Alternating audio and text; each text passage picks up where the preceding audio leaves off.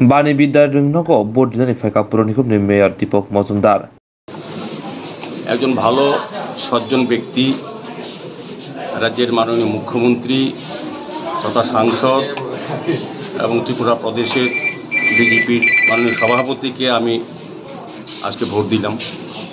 Bordowali voter হিসেবে আমি খুবই সৌভাগ্যবান।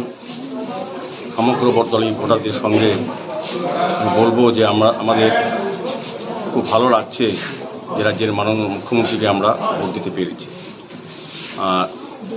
আগে আমাদের রাজ্য সরকারের পক্ষ এবং দলের পক্ষ থেকে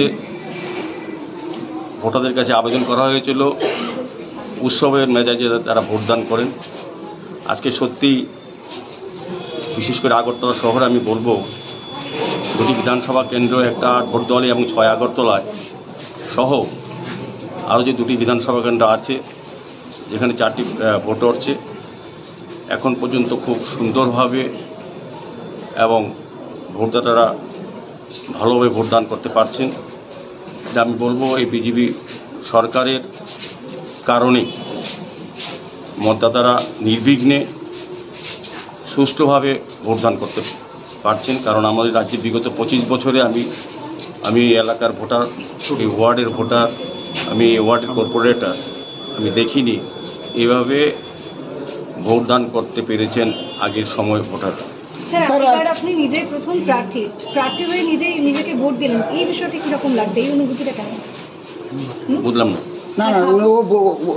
বুঝতে পারেনি ব্যাপারটা।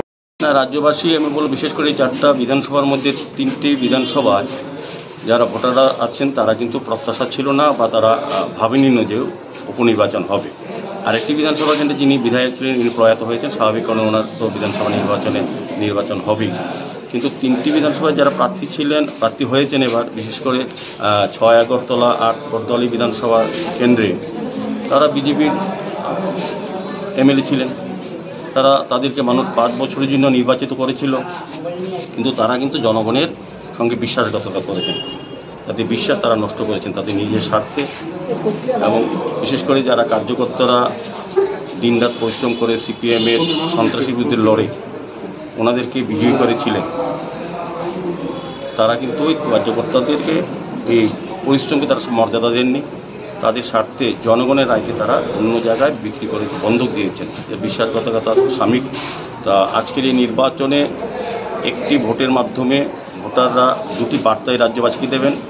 একটা হচ্ছে বিপ্লব দেবের নেতৃত্বে যে সরকার ছিল এবং এখন ডক্টর মানিক সাহার নেতৃত্বে যে সরকার চলছে, সরকারের যে উন্নয়নমূলক কাজগুলি হয়েছে তাকে সমর্থন করা এবং কাজ যাতে কোনো অবস্থায় চক্রান্তে যারা চক্রান্তকারী যারা এই বিধায়করা চলে গেছেন তারা যেটা বন্ধ করার চেষ্টা করছিলেন, উন্নয়নকে স্তব্ধ করার চেষ্টা করেছিলেন, সরকারকে হেয় প্রতিপন্ন করার চেষ্টা করেছিলেন, সরকার ফেলার চেষ্টা করেছিলেন এবং যারা আমাদের বিশ্বাসকে মর্যাদা দেয়নি তাদের বিরুদ্ধে একটা বার্তা যাবে যে দল বড় না ব্যক্তি বড়। সেক্ষেত্রে মানুষ আজকে এই ভোটের মাধ্যমে যে প্রমাণ করবে দলই বড় ব্যক্তি বড়।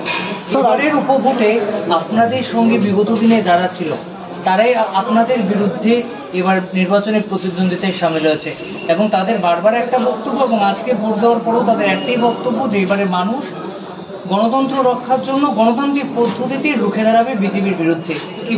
রাজ্যে তো বিজেপি গণতন্ত্র প্রতিষ্ঠা করবে, তো গণতন্ত্রের বিরুদ্ধে আবার কি? যারা যে বিধায়করা তাদের কথার কতটা মূল্যায়ন হবে আমি জানি না। তারা যখন আগে কংগ্রেসে ছিলেন তাদের সঙ্গে আমরাও ছিলাম। আজকে এই রাজ্য মন্ত্রিসভায় মুখ্যমন্ত্রী হতে শুরু করে বিভিন্ন মন্ত্রীরা যারা আছেন বা অধিকাংশ বিধায়করা কংগ্রেসে ছিলেন। সুদীপবাবু, আশিসবাবু ছিলেন, আমিও ছিলাম, সুবলবাবুরাও ছিল। রাজ্যের ব্যাপক অংশ মানুষ কংগ্রেসের সঙ্গে ছিল। তখন দিল্লিতেও কংগ্রেস সরকার ছিল, কিন্তু আমরা কিন্তু কংগ্রেসের 10 জন বা 11 জনের বেশি বিধায়ক অনুসরণ করতে পারি, সরকার তো দূরের কথা।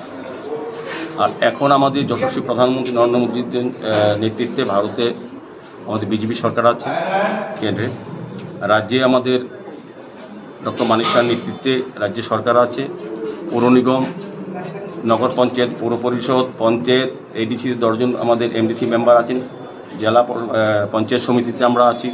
তো সরকার তো আমাদের করার কথা। ওনারা বলছেন যে 2023-এ ওনারা কংগ্রেস সরকার হবে ত্রিপুরাতে। এটা অবাস্তব এবং হাস্যকর। এটা এই রাজ্যের মানুষ জানেন, এটা বুঝেনও যে তাদের এই দাবি যে এটা অবাস্তব সম্পূর্ণ। আর আজকের এই নির্বাচন, 4টি বিধানসভা উপনির্বাচন 26 তারিখ প্রমাণ করবে এই রাজ্যের মানুষ এই রাজ্যের বিজেপি সরকারকে চায়, বিজেপি দলকে মানুষ প্রতিষ্ঠা করতে চায়। স্যার, আপনি বিভিন্ন